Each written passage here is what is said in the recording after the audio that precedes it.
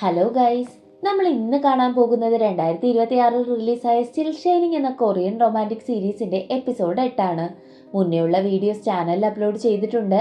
അത് കണ്ടതിന് ശേഷം മാത്രം ഈ വീഡിയോ കാണുക. എപ്പിസോഡിന്റെ തുടക്കത്തിൽ തന്നെ 2015 ഡിസംബർ കാലഘട്ടം കാണിക്കുന്നു. അതായത് ആദ്യം തേസോയും യൂണും ബ്രേക്കപ്പ് ആയി 6 മാസങ്ങൾക്ക് ശേഷം. മഞ്ഞു പൊഴിയുന്നത് നോക്കി ഇവിടുത്തെ ഇന്റേൺഷിപ്പ് കഴിഞ്ഞല്ലോ, ഈ കാലാവസ്ഥയിൽ നീ ഇപ്പോൾ പുറത്തു പോകേണ്ട എന്ന് കൂടെയുള്ള സ്റ്റാഫ് പറയുമ്പോൾ എനിക്ക് എന്തായാലും ഇന്ന് പോയേ പറ്റുള്ളൂ എന്ന് യൂൺ പറയുന്നത് കേട്ട് ഈ ക്രിസ്മസിന് മുന്നേ നിനക്ക് അടുത്തത് ഹവായിലാണല്ലേ ഇന്റേൺഷിപ്പ് എന്നവർ ചോദിക്കുമ്പോൾ ഞാൻ പോകുന്ന കാര്യം തീരുമാനിച്ചിട്ടില്ല, എനിക്കെന്തോ ഈ ജോലി ഓക്കെ ആകുമെന്ന് തോന്നുന്നില്ല, അതുകൊണ്ട് തന്നെ ഞാൻ വീണ്ടും പഠിക്കാൻ തീരുമാനിച്ചു എന്ന് പറഞ്ഞ് അവിടെ ഡിസ്പ്ലേയിൽ ഉണ്ടായിരുന്ന ഒരു ട്രെയിനിന്റെ ടോയ് അവൾ കാണുന്നു. അത് കാണുമ്പോൾ തന്നെ അവൾക്ക് തേസോയെ ഓർമ്മ വരികയും ഫോണിൽ കൂടി ബ്രേക്കപ്പ് ആയാൽ അതൊരു പ്രോപ്പർ ബ്രേക്കപ്പ് ആകില്ലല്ലോ എന്നും അവൾ പറഞ്ഞ് ആ ടോയും വാങ്ങി അവൾ വേഗം തേസോയെ കാണാനായി ഗ്രാമത്തിലേക്ക് വരുന്നു. അങ്ങനെ മഞ്ഞുവീഴ്ച കാരണം വണ്ടിയൊന്നും കിട്ടാതെ അവൾ ഒരുപാട് ദൂരം നടന്നു വരുമ്പോൾ അവൾക്കൊരു റെസ്ക്യൂ യൂണിറ്റിന്റെ കാറിൽ ലിഫ്റ്റ് കിട്ടുകയും അവൾ അതിൽ കയറുമ്പോൾ അതിലെ ഡ്രൈവർക്ക് ഒരു എമർജൻസി മെസ്സേജ് കിട്ടുന്നു. ശരിക്കും പറഞ്ഞാൽ അത് തേസോയുടെ മുത്തശ്ശിയായിരുന്നു. രാവിലെ തേസോ മിലിറ്ററി സർവീസിന് പോയെന്നും തങ്ങൾക്ക് അവൻ സർവീസിൽ കയറുന്നതിന് മുന്നേ ഒന്ന് കാണണമെന്നുണ്ട്, ഉടനെ തന്നെ ഇങ്ങോട്ടേക്ക് വരാമോ എന്നും അവർ കരഞ്ഞുകൊണ്ട് ചോദിക്കുമ്പോൾ ഇതെല്ലാം കേട്ട് കണ്ണു നിറഞ്ഞ് യൂണിരിക്കുന്നു. ആ ഗ്രാമത്തെപ്പറ്റി എല്ലാം അറിയുന്ന അവൾ ആ ഡ്രൈവറെ സഹായിക്കുകയും അവർ അങ്ങോട്ട് ചെല്ലുകയും ചെയ്യുന്നുണ്ട്. അങ്ങനെ അവരെല്ലാം ആ കാറിൽ കയറുമ്പോൾ അവൾ ഇറങ്ങി വന്ന് മഞ്ഞിൽ പുതഞ്ഞു കിടക്കുന്ന ആ ട്രക്കിലെ മഞ്ഞു മാറ്റി പൊട്ടിക്കരയുന്നു. അവിടുന്ന് നേരെ ഇപ്പോഴുള്ള കാലഘട്ടം കാണിക്കുന്നു. യൂൺ താമസിച്ചിരുന്ന ഫ്ലാറ്റിന്റെ താഴെ നിന്ന് തേസോ അവളോട് ടോങ്യോങ്ങിലേക്ക് നീ പോകണ്ട എന്ന് പറയുന്നുണ്ടെങ്കിലും അവൾ യഥാർത്ഥത്തിൽ അവിടെ ആ ഗസ്റ്റ് ഹൗസിന് മുന്നിൽ എത്തിക്കഴിഞ്ഞിരുന്നു. ഇപ്പോൾ എന്തോ എനിക്ക് സംസാരിക്കാൻ തോന്നുന്നില്ല, ഞാൻ നാളെ നിന്നെ വിളിച്ചോളാം എന്ന് പറഞ്ഞ് അവൾ വേഗം ഫോൺ കട്ട് ചെയ്യുന്നു. നമുക്ക് അങ്ങനെയാണെന്നുണ്ടെങ്കിൽ നേരിട്ട് കാണാമെന്ന് അവൻ മെസ്സേജ് അയച്ച് അവളുടെ ഫ്ലാറ്റിന് മുന്നിൽ എത്തുമ്പോൾ ഞാനിപ്പോൾ സിയോളിലില്ല, ഞാൻ നാളെ വിളിക്കാമെന്നുള്ള മെസ്സേജ് അവന് കിട്ടുന്നു. പിറ്റേന്ന് അവൻ ആശുപത്രിയിലേക്ക് പോയി കഴിഞ്ഞപ്പോഴാണ് യൂൺ തേസോയുടെ വീട്ടിലേക്ക് വരുന്നത്. നിന്റെ ജോലി തീരുമ്പോൾ എന്നെ വിളിക്കാൻ പറഞ്ഞവൾ മെസ്സേജ് ഇടുകയും രാത്രിയാവോളം അവനെ വെയിറ്റ് ചെയ്യുകയും ചെയ്യുന്നു.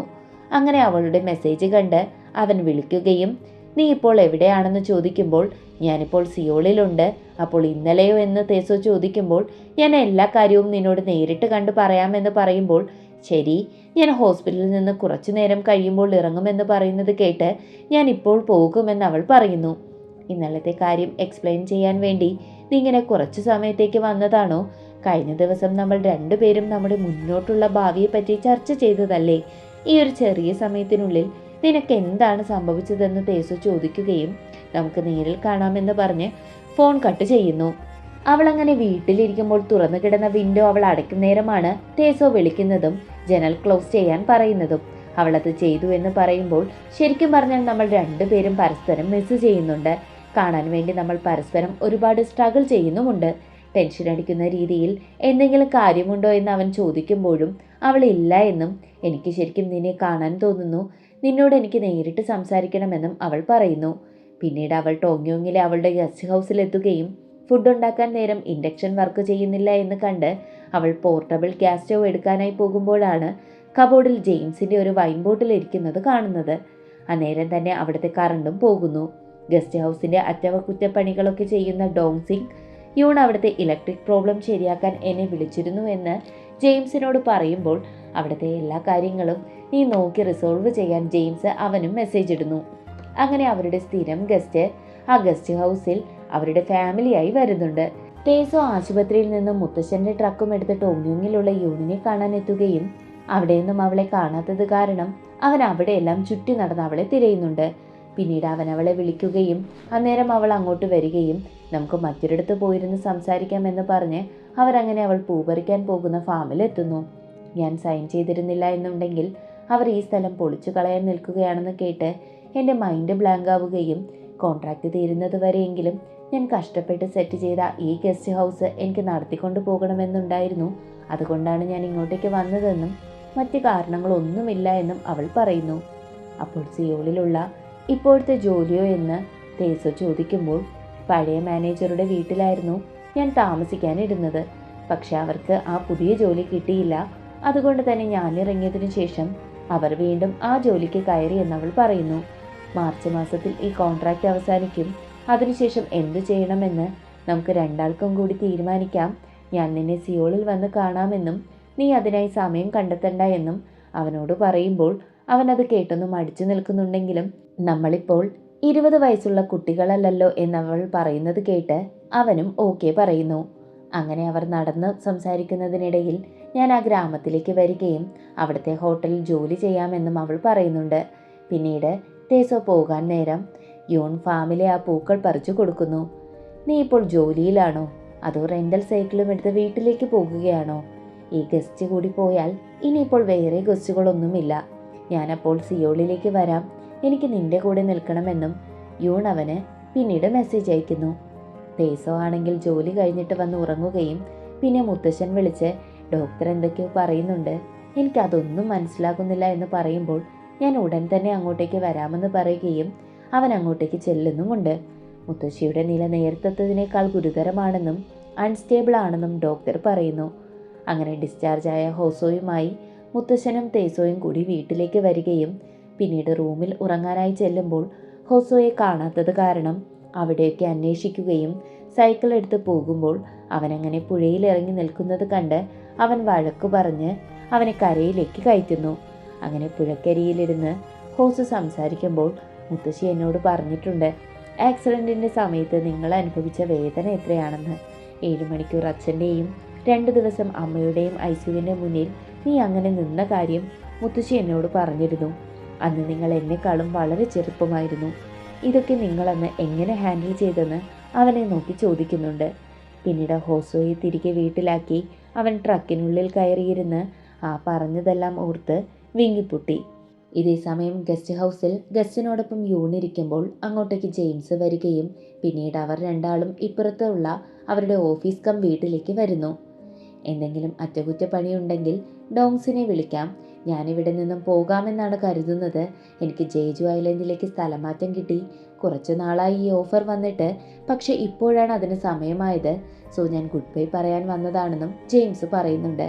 നിനക്കെന്തെങ്കിലും ആവശ്യമുണ്ടെങ്കിൽ പണ്ടത്തെ കൊളീഗ് എന്ന നിലയിൽ നിനക്കെന്നെ എപ്പോൾ വേണമെങ്കിലും വിളിക്കാമെന്ന് ജെയിംസ് പറയുമ്പോൾ സോഹ്യൂനിങ്ങനെ അവർ റിലേഷൻഷിപ്പിലുണ്ടായിരുന്ന എല്ലാവരുമായി ഫ്രണ്ട്ഷിപ്പ് വയ്ക്കുന്നതാണ് എനിക്ക് ഒട്ടും ഇഷ്ടമില്ലാത്തതെന്ന് പറഞ്ഞ് കബോർഡിലുണ്ടായിരുന്ന ജെയിംസിൻ്റെ ആ വിലപിടിപ്പുള്ള വൈൻ അവന് നൽകുന്നു.